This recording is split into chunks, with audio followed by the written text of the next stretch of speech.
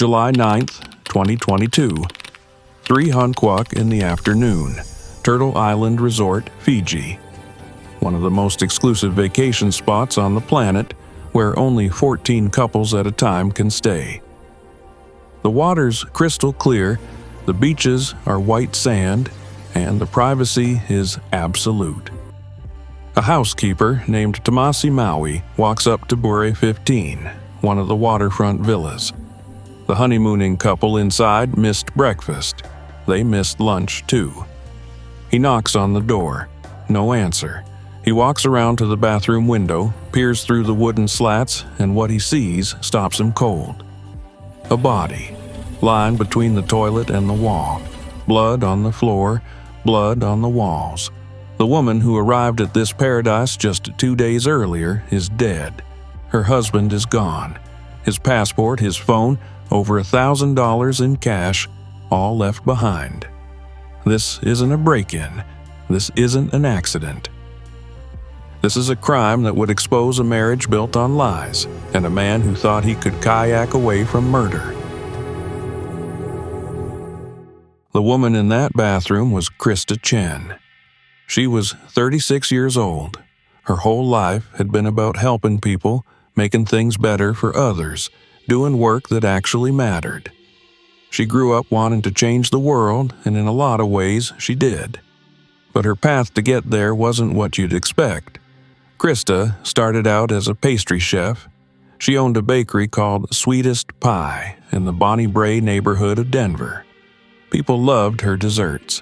She had a gift for it, creating these beautiful cakes and pastries that made her customers smile. But Krista wanted more. She wanted a career where she could really make a difference, where she could help people who needed it most. So she went back to school.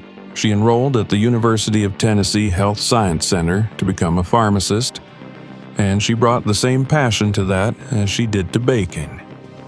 Krista didn't just want to fill prescriptions and send people on their way. She wanted to understand why certain communities struggled to get health care, why low-income neighborhoods had so many barriers, and what could be done to fix it. In 2021, she won the Walters Kluwer Clinical Drug Information Award of Excellence in Clinical Communication for her work on the social determinants of health in low-income areas. That wasn't just some piece of paper on the wall. That was recognition for real work, for caring about people who often got overlooked. After she graduated, Krista got a job as a pharmacist at Kroger in Memphis, Tennessee. Her co-workers and patients said the same thing about her. She was warm, patient, always willing to explain medications in a way people could understand. She went out of her way to help. Outside of work, Krista fostered dogs, ran marathons to raise money for St. Jude Children's Hospital, and stayed close to her family. Her parents, Tao Chen and Shei Wei Lu, only had one child. Krista was their little girl, their pride, the center of their world. At 36, Krista had built a life she was proud of. But there was one thing missing. She had never been married. She'd always hoped to find the right person, someone she could build a future with, have kids with, grow old with. Her friends knew how much she wanted that. Ryan Weiss, one of her close friends, said Krista had always dreamed of getting married. She wanted love, a partner, a family of her own. And in November 2021, it looked like that dream was finally coming true. She met a man named Bradley Robert Dawson through mutual friends in Memphis. He worked in IT, said he was financially stable, and he seemed kind, attentive, everything she'd been looking for. He swept her off her feet. 3 months later, they were married. To Krista, it felt like the fairy tale she'd been waiting for her whole life. She had no idea what was really coming. Before we go any further into this case, I want to ask you for a quick favor. If you're finding this story as gripping as I do, hit that like button for me. It really helps us keep bringing you these true crime stories. And if you haven't subscribed yet, go ahead and do that now. Hit the bell too so you don't miss any of our uploads. While you're down there, drop a comment and let me know where you're watching from. I love hearing from all of you, whether you're in New York, California, Texas, or anywhere else in the world. This community is what keeps us going, and your support means everything. All right, let's get back to what happened to Krista. November 2021, Memphis, Tennessee. Krista met Bradley Robert Dawson through mutual friends. He was 38 years old, worked as an IT professional, and he told her he was doing well for himself financially. He was charming, attentive, showered her with affection. For Krista, who had spent so much of her life focused on her career and helping others, this felt like the right time, the right person. Dawson knew exactly what to say, exactly how to act. The romance moved fast, really fast. Within 3 months, they were engaged and planning a wedding. To anyone paying attention, the timeline should have raised questions, big ones. Because when Krista met Dawson in November 2021, he was still married to his first wife. His divorce wasn't finalized until September 2021, just 2 months before he and Krista started dating. That means he was technically still in the middle of ending one marriage when he started pursuing another relationship. But it gets worse. Dawson's divorce from his ex-wife was finalized on January 11, 2022. Just 37 days later, on February 18, 2022, he married Krista at the historic James Lee House in Memphis. 37 days. That's barely over a month. Most people take longer to plan a vacation than Dawson took to go from divorced to remarried. Krista's friends were stunned. Ryan Weiss, the friend who knew how much Krista wanted to get married, later told People magazine that she wished she had asked more questions about who Dawson really was. Another friend, Morris Apri, said the engagement happened so fast that it caught everyone off guard. Some of Krista's family members met Dawson for the first time at the wedding itself. They didn't know him. They didn't have time to get to know him. Krista was in love, and she trusted him completely. That trust would cost her everything. What Krista didn't know was that Dawson had a history. His ex-girlfriend from college, a woman named Kristen Baker, would later come forward with details that painted a very different picture of the man Krista thought she married. Baker said Dawson was obsessed with Fiji. He talked about it constantly, always said he wanted to go there, and always dreamed about it. But what worried her more than his travel fantasies was his behavior. She said that when Dawson drank, he turned into someone else. He would black out, do things he claimed not to remember the next day. Baker also said Dawson was dishonest, manipulative, and fixated on money and living a luxurious lifestyle. Those were the warning signs that Krista never saw. Dawson hid them well. He was good at it. He knew how to play the part of the perfect partner, the stable guy, the man who would take care of her. Krista believed every word. 5 months after their wedding in February, the newlyweds planned their dream honeymoon. And Dawson picked the destination. Turtle Island Resort in Fiji, a 500-acre private island in the Yasawa region that only allowed 14 couples at a time. The villas cost up to $3,500 a night. This was the same place where they filmed The Blue Lagoon back in 1980. Crystal clear water, white sand beaches, total privacy. For Krista, it was perfect. The ultimate romantic getaway, a celebration of their new life together.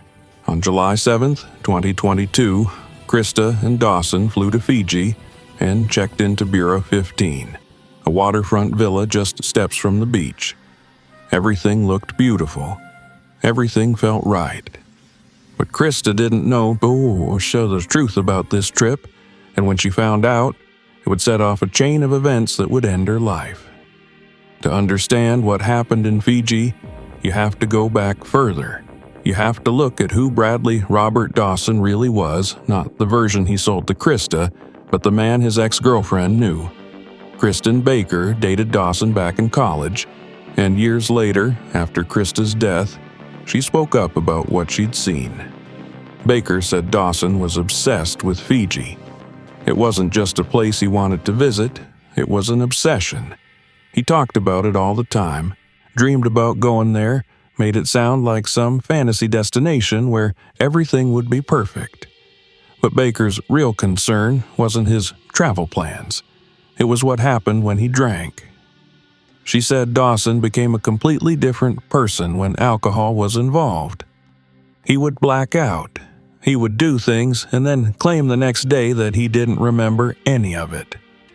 That kind of behavior is a red flag, the kind that makes you question whether someone is safe to be around. Baker also said Dawson was dishonest. He lied easily, manipulated situations to get what he wanted, and he was fixated on money and living a lifestyle he couldn't really afford. He wanted fancy trips, expensive resorts, and the appearance of wealth. That obsession with luxury and status should have told Krista something, but by the time she met him, Dawson had perfected his act. Krista's friends didn't get a chance to see the warning signs either because everything moved so fast. Some of her family members met Dawson for the first time at the wedding. They didn't know his history. They didn't know about his ex-girlfriend's concerns or the speed at which he jumped from one marriage to the next. Ryan Weiss, Krista's friend, would later say she wished she had asked more questions about who Dawson was.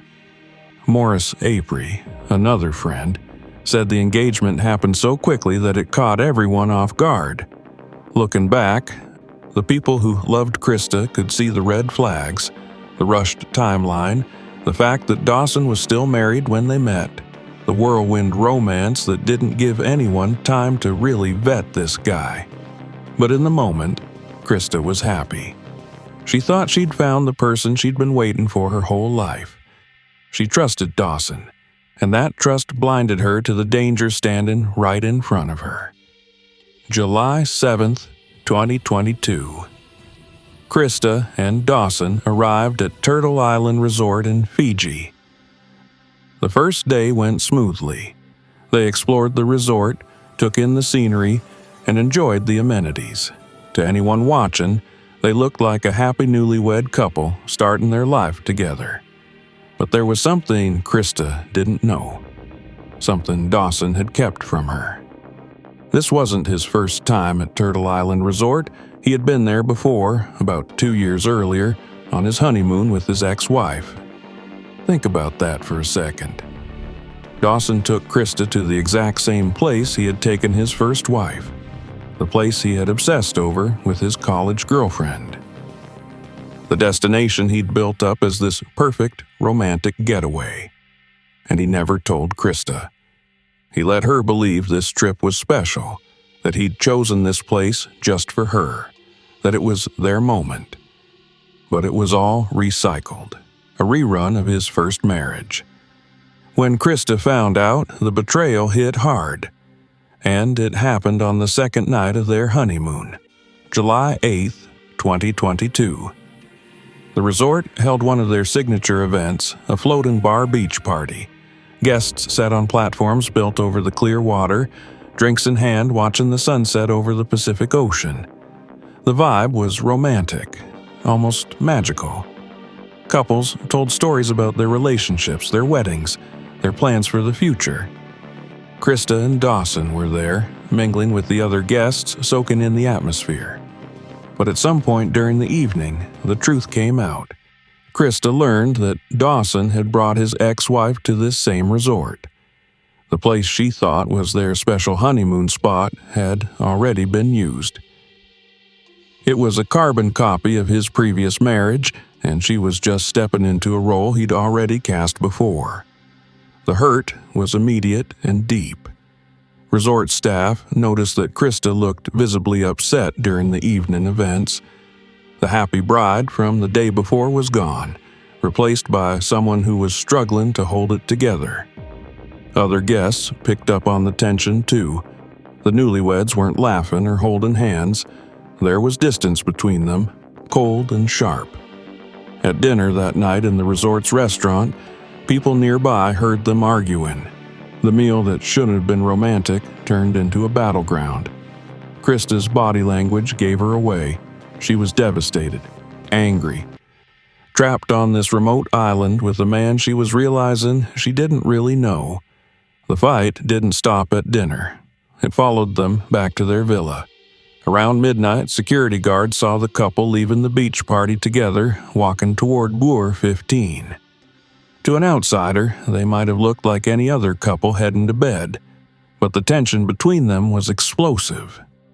What happened next would be pieced together through witness accounts and forensic evidence, and it painted a picture of violence that no one at the resort could have anticipated.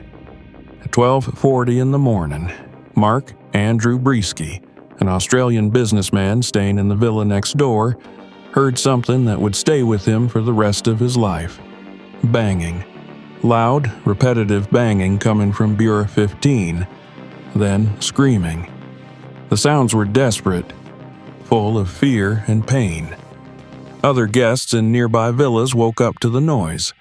They said it sounded like someone inside was out of control, like furniture was being thrown, like something terrible was happening.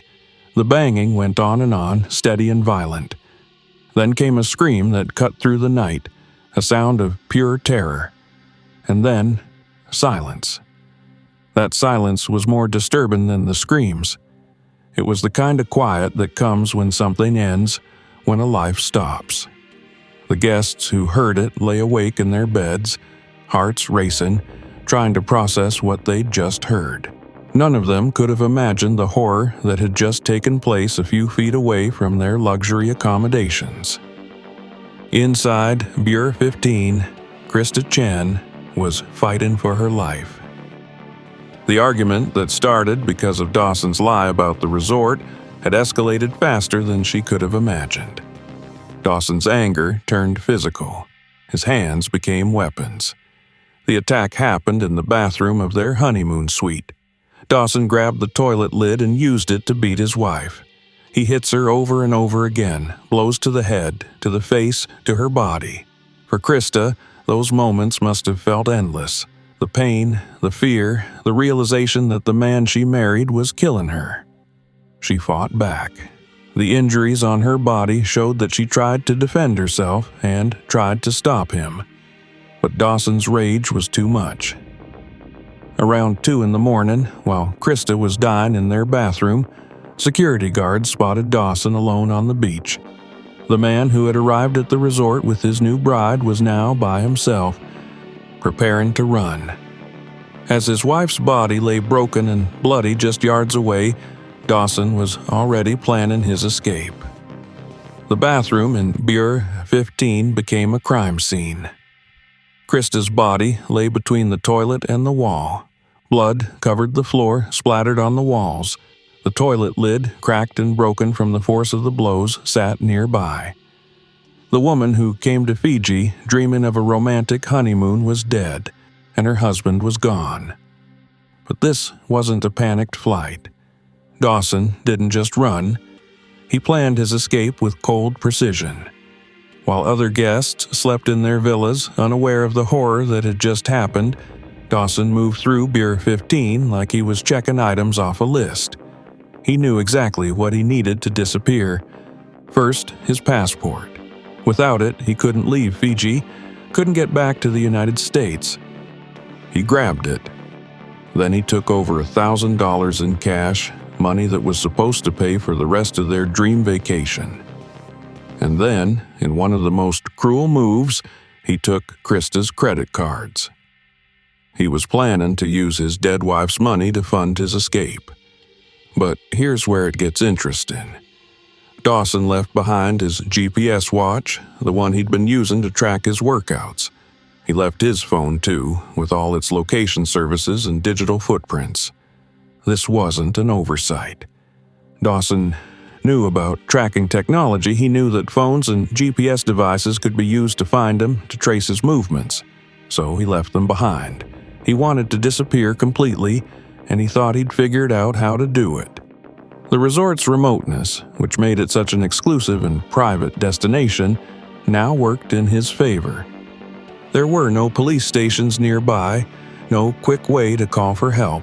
The closest authorities were miles away. Dawson had time, and he knew it. On the beach, the resort kept kayaks for guests to use during the day. At night, Dawson pulled one of those kayaks into the water.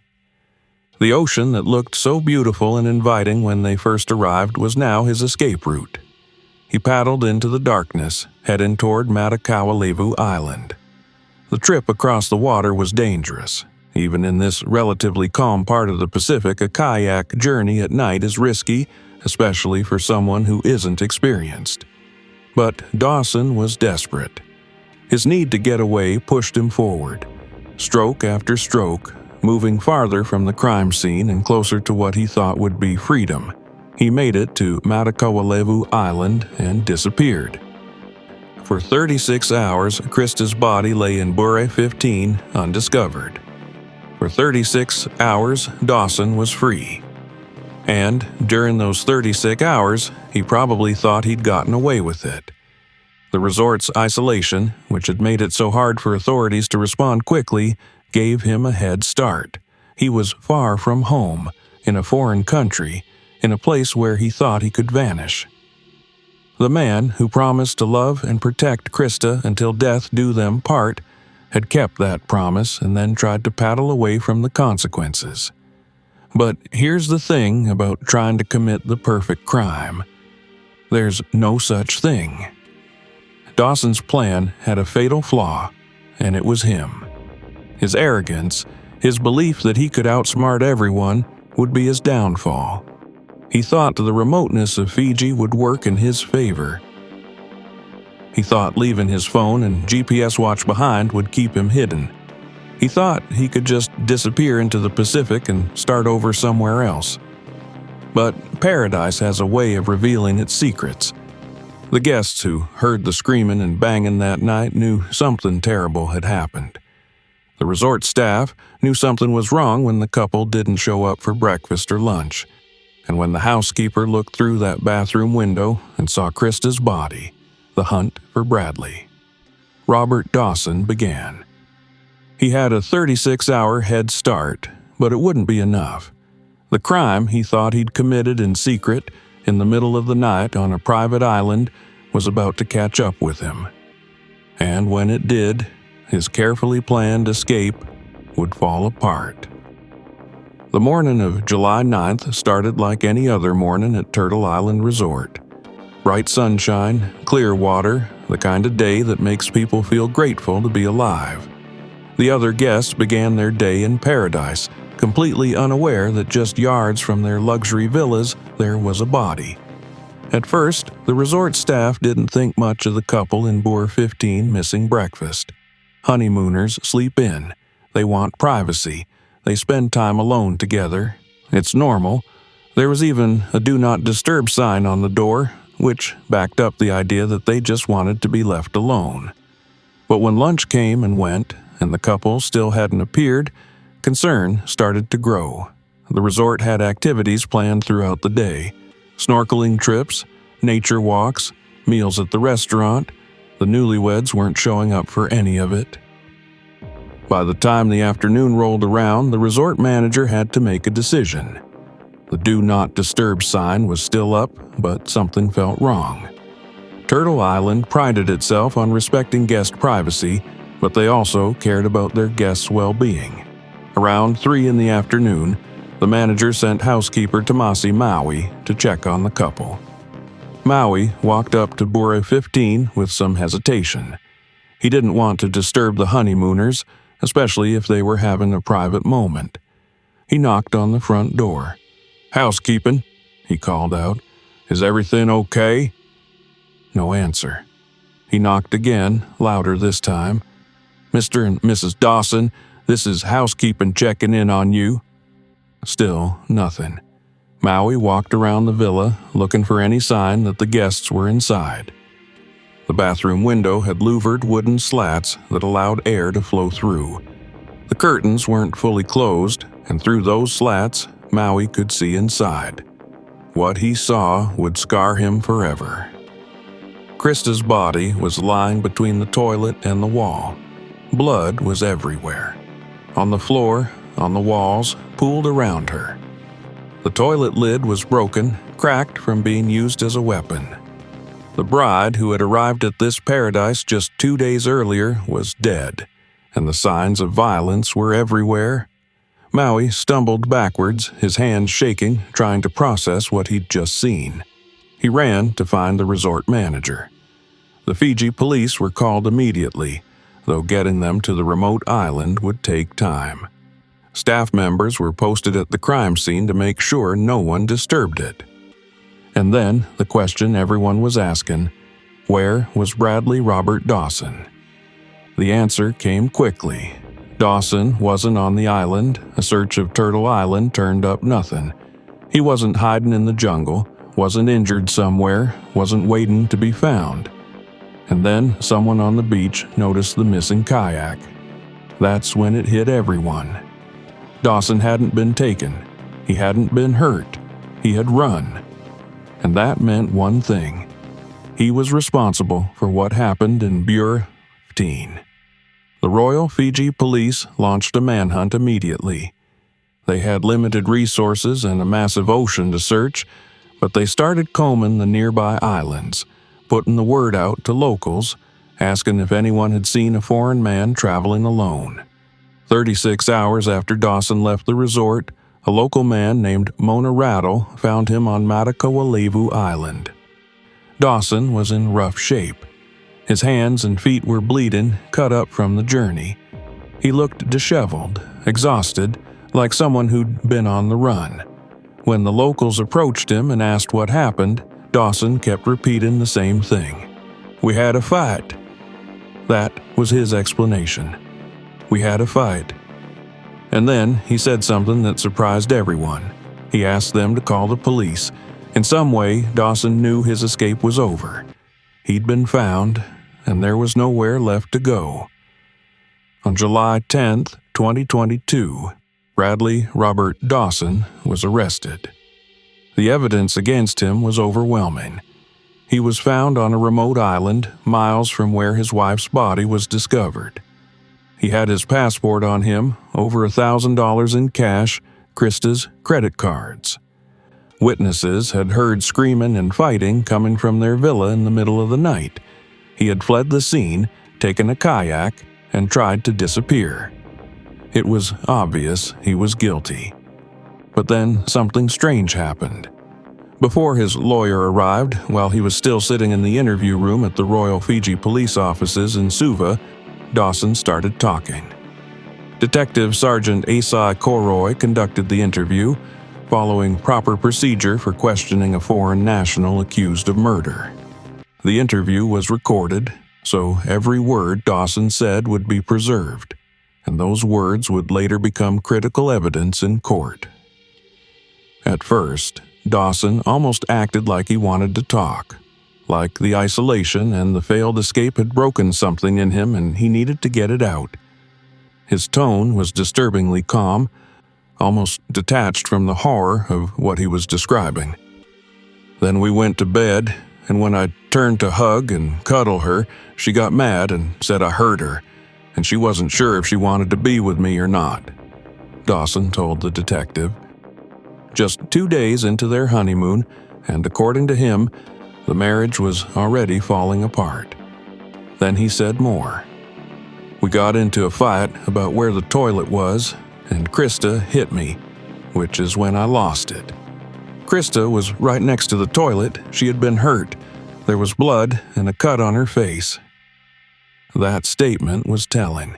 Even as Dawson admitted to killing his wife, he was already building a narrative where he was the victim.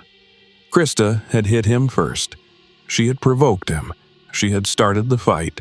The brutal murder that followed was just a reaction. Just him losing control after being pushed. Detective Koroy pressed for more details, and Dawson gave them. He talked about the fight escalating, about the violence, about what he did after he realized Krista was dead.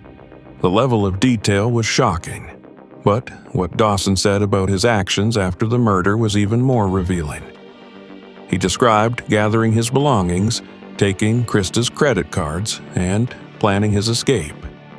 This wasn't someone acting in a panic after a crime of passion.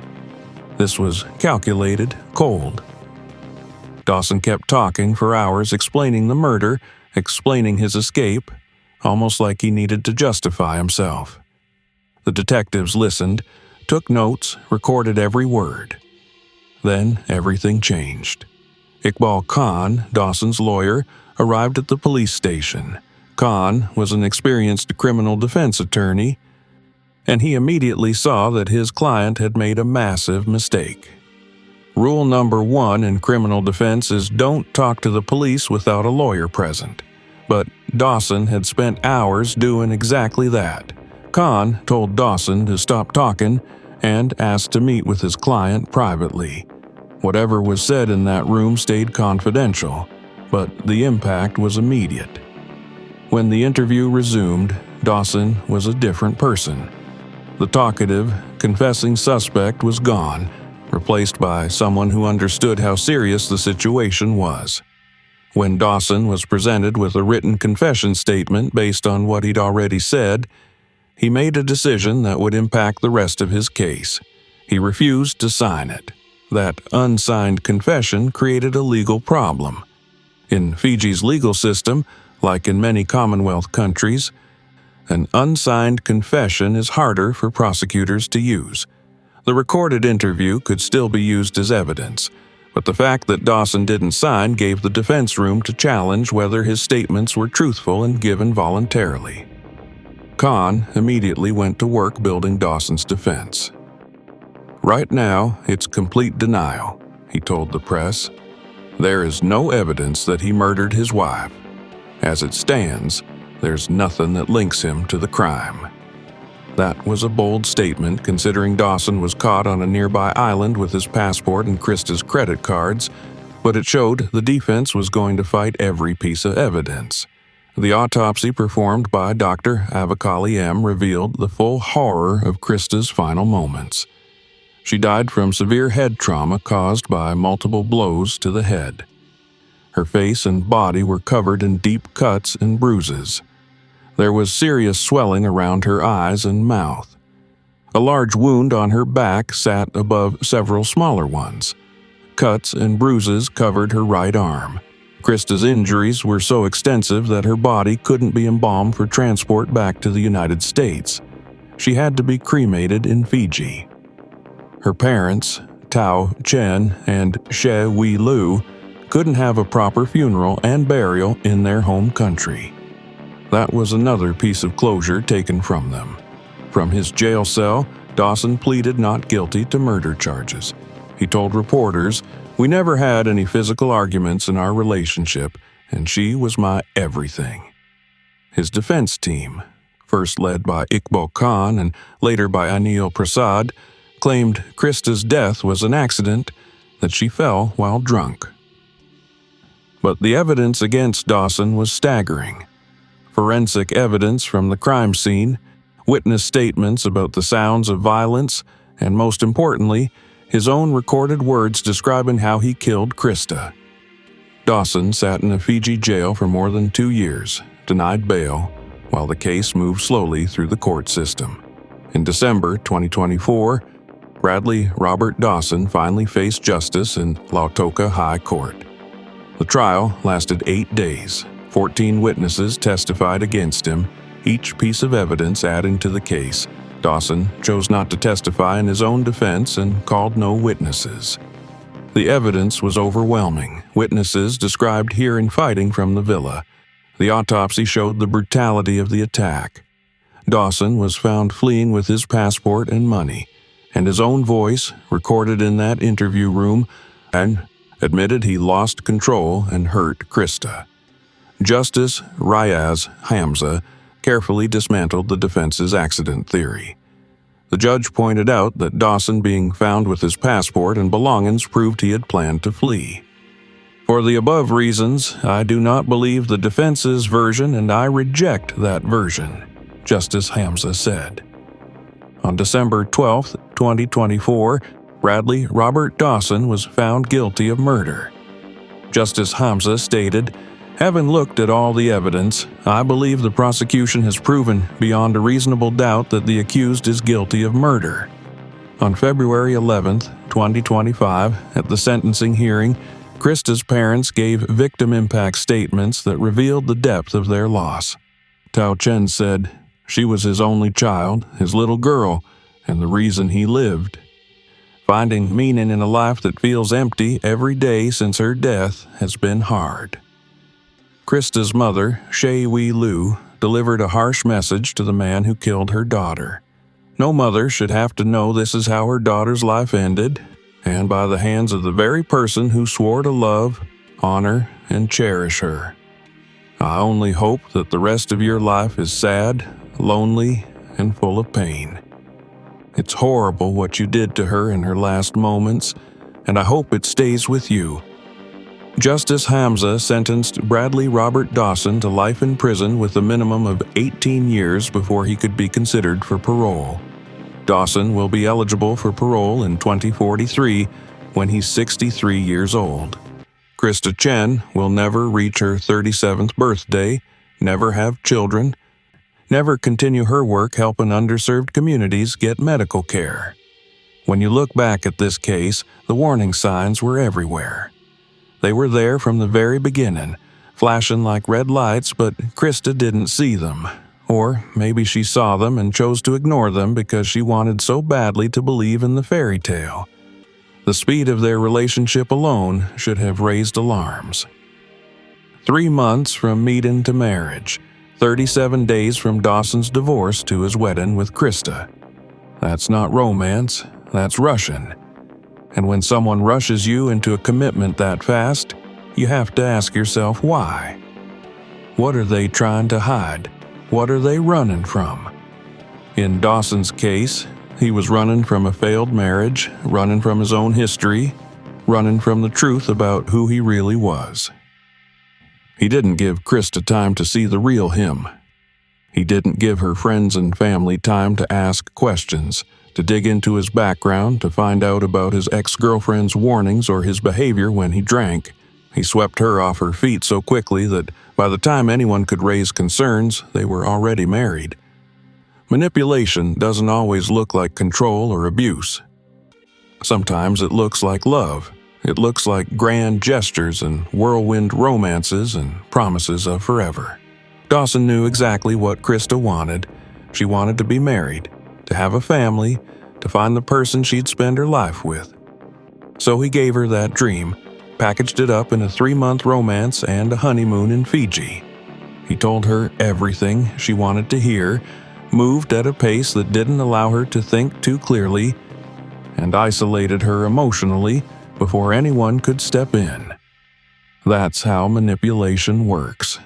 It disguises itself as devotion, as passion, as the love story you've always wanted. By the time you realize what's really happening, you're already in too deep. And for Krista, by the time she realized who Dawson really was, she was trapped on a remote island thousands of miles from home, and it was too late. Her friends had concerns. They said so after she died. Ryan Weiss wished she'd asked more questions about who Dawson was. Morris Apri said the engagement happened so fast it caught everyone off guard. But here's the hard truth. When someone you love is happy, when they're excited about a new relationship, when they're planning a wedding and talking about their future, it's hard to speak up. You don't want to be the person who ruins their joy. You don't want to seem jealous or negative or overprotective. So you stay quiet, or you voice your concerns gently, and you hope everything works out. But in cases like this, that silence can be deadly. If you see red flags in someone's relationship, say something. If the timeline feels too fast, if the person seems to be hiding parts of their past, if your gut is telling you something's wrong, speak up. You might be the only person who can see what your friend or family member can't see because they're too close to it, too invested in the dream. And yes, they might get angry. They might push back. They might choose the relationship anyway. But at least you said something. At least you tried. Trust is one of the most vulnerable things we give another person. When you trust someone with your heart, your future, your life, you're putting everything on the line. You're betting that they'll protect you, care for you, be honest with you. Krista trusted Dawson completely. She believed he was the man she'd been waiting for. She trusted him enough to marry him after 3 months, to fly to a remote island with him, to build a future with him, and he betrayed that trust in the most horrific way possible. That's the tragedy at the center of this case. It's not just that Krista died, it's that she died at the hands of the person who promised to love her. The person who stood in front of their friends and family and vowed to honor and cherish her. The person who was supposed to protect her from harm, not be the source of it. When you think about the red flags in this relationship, they're so clear now. Dawson was still married when they met. His divorce was finalized just weeks before their wedding. He had a history of manipulation and dishonesty, according to his ex-girlfriend. He rushed Krista into marriage before anyone could really get to know him. And then, the ultimate betrayal, he took her to the same resort where he'd honeymooned with his ex-wife and didn't tell her. Each one of those things alone is a warning. Together, they paint a picture of someone who wasn't ready for a healthy relationship, someone who was dishonest, someone who was dangerous. Krista had so much life ahead of her. She was 36 years old. She'd built a career helping people who needed it most. She won awards for her work in underserved communities. She fostered dogs, ran marathons for charity, and made a difference in the lives of everyone she met. Her co-workers said she was warm and patient. Her friends said she always wanted to get married and have a family. She had dreams, plans, a future. And Dawson took all of that away from her in one night of violence. Her parents will never see her graduate to the next stage of her life. They'll never see her have children, never watch her continue the work she was so passionate about. They lost their only child to a man who saw her as disposable, as an obstacle, as something he could destroy and then run from. That's the real cost of domestic violence. It's not just the person who dies. It's everyone who loved them, everyone whose life was touched by them, everyone who will spend the rest of their lives carrying that loss. Stories like this remind us that paradise can hide darkness, and that the person who promises forever can sometimes be the one who steals it away. Krista went to Fiji thinking she was celebrating the beginning of her life with Dawson. Instead, she found out who he really was, and it cost her everything. This case should make all of us think about the relationships in our own lives and in the lives of the people we care about. Are there red flags we're ignoring? Are there warning signs we're explaining away because we want to believe the best? Are there concerns our friends or family have voiced that we've dismissed? Love should never move so fast that you don't have time to think. It should never feel like you're being rushed or pressured or isolated, and it should never, ever come with violence, control, or fear.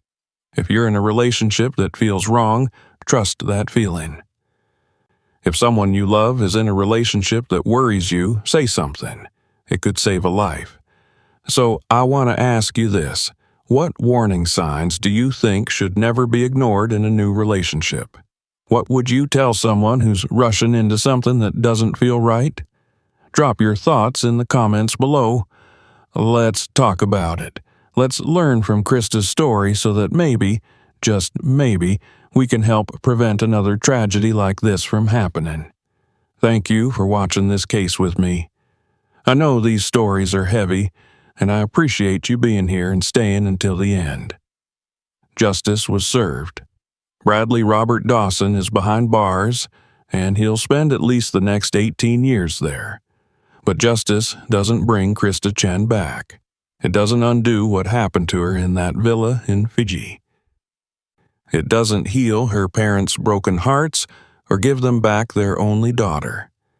Krista's story deserves to be remembered, not just as a crime case, but as a reminder of who she was. A pharmacist who cared about her patients, a woman who worked to help underserved communities, someone who fostered dogs, ran marathons for charity, and dreamed of having a family. She deserved so much better than what Dawson gave her. If you haven't subscribed to this channel yet, please do. Hit that subscribe button and turn on notifications so you don't miss our next case. We're covering another story that's going to leave you thinking long after the video ends. Trust me, you won't want to miss it. And if this case affected you, if Krista's story made you think about something in your own life, share this video. Let's keep her memory alive and help others recognize the warning signs before it's too late. I'll see you in the next video. Stay safe out there.